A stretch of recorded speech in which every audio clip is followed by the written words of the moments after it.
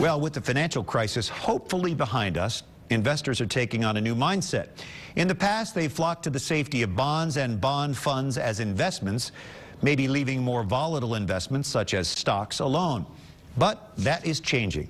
Bond prices have risen as interest rates have come down. But are we at a point where investors may not be reaping rewards from that approach?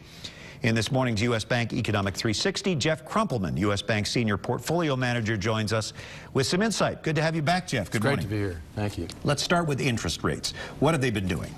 Yeah, as you can see, and I appreciate the question because I think it really sets the stage for our discussion this morning, rates have fallen over the last 30 years, so from the early 80s to today, consistently and significantly. And in fact, we're at the 2% yield level on the 10-year U.S. Treasury, which is at the lowest level that we've seen since the aftermath of the Great Depression back in the 1940s.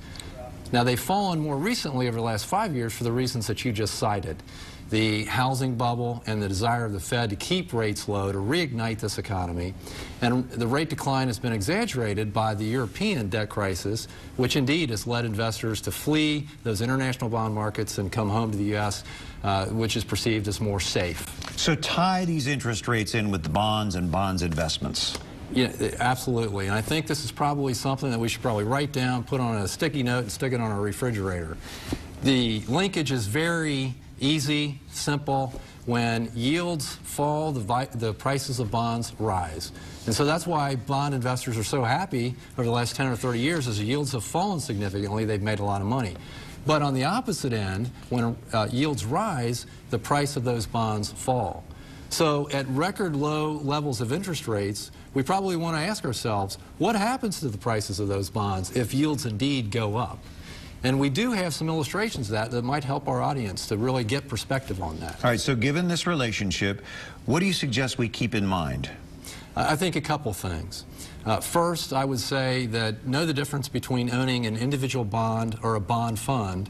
They're very different. If you own an individual bond, you don't have that price sensitivity. You don't need to sell the bond. You can continue to own it, collect your interest, and you get your principal back at maturity. If you own a bond fund, on the other hand, there is no set maturity. You own units in or shares of a basket of bonds. You get your interest, but the only way you realize your principal is if you sell that bond fund at some time. So I would say revisit, reacquaint yourself with the strategy and the objective of that particular fund. And those that are shorter in maturity, own bonds that are shorter in maturity, are less sensitive to these price swings. Well, very timely discussion, and you made it really clear. Jeff Crumpleman, we appreciate you and U.S. Bank. Thank you.